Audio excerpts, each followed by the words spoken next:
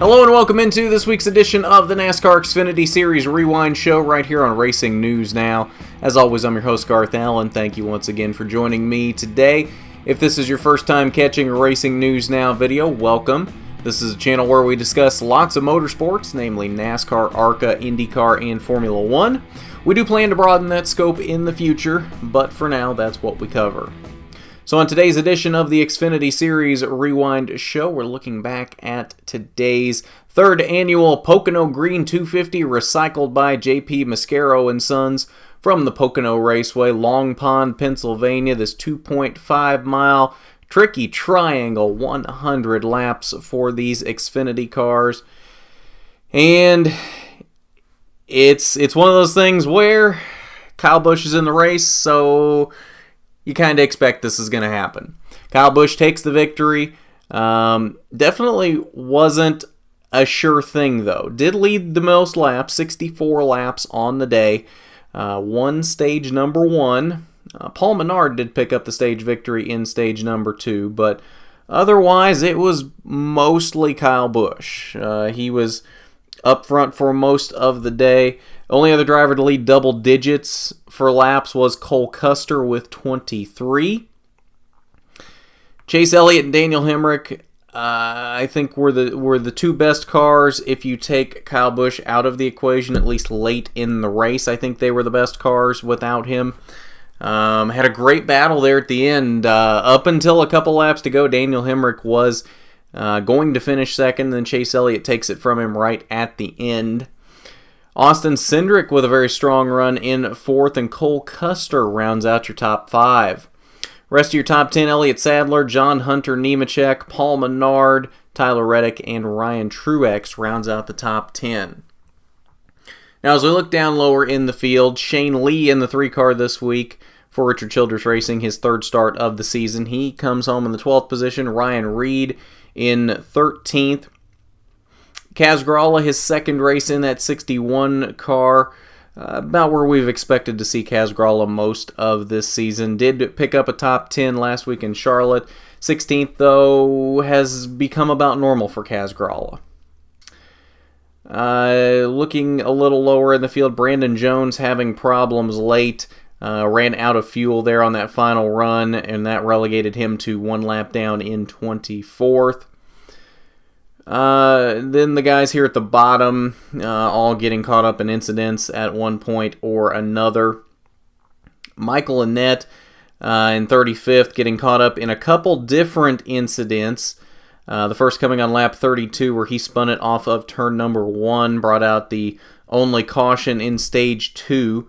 The only caution at all before the end of stage 2.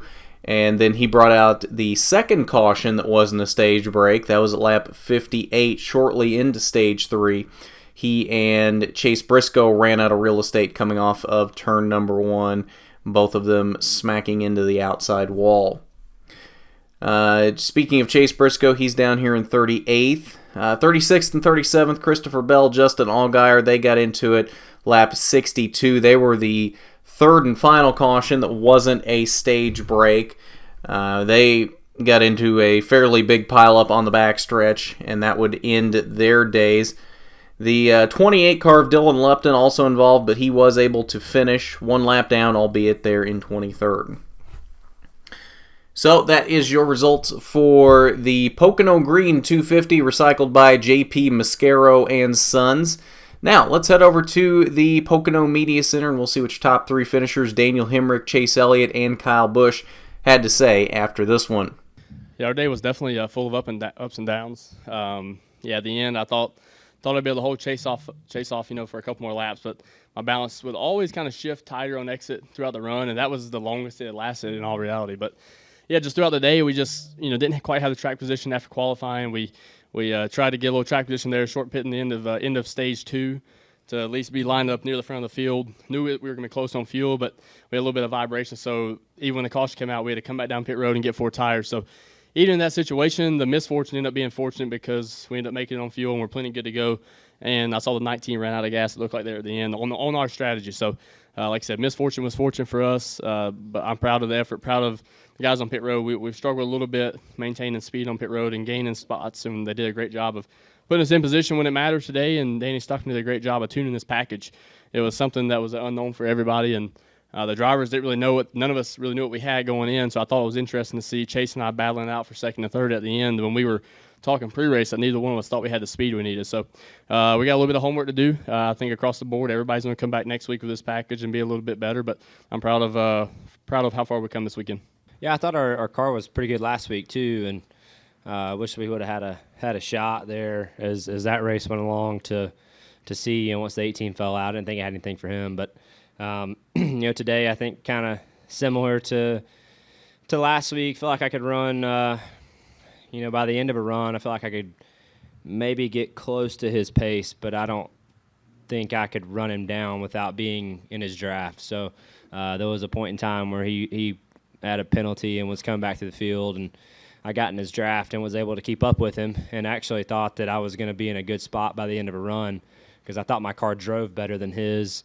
He was just faster, had a little more speed. So that was kind of the balance, trying to figure out how much speed you wanted to give away for balance. And we hedged more on the driving good side.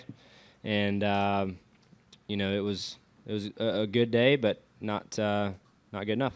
It's great. It's been one that we've wanted to get, but, I've only started one other race here, and it was a rain shortened. I thought we were pretty good on that day, but come home fourth. So to have a great race car today like we did from Eric Phillips and all my guys, it was just phenomenal for us. So really, really cool, really, really good.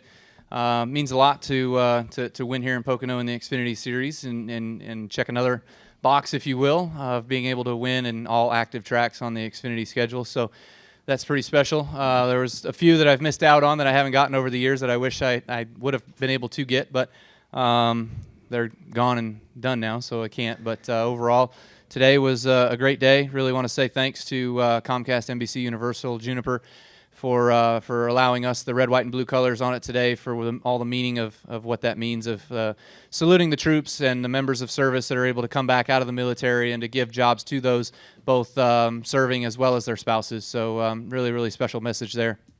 All right, so we'll take a look at the Xfinity playoff grid here before we wrap up. And not a lot of changes here, but there are a few this week of note. The first being up here in the winners column, Tyler Reddick jumping over Christopher Bell this week back to the number 1 spot, as he was the only one of those 3 guys with a win that didn't have problems. As we noted, Bell and Allgaier both getting taken out in that final caution at lap 62.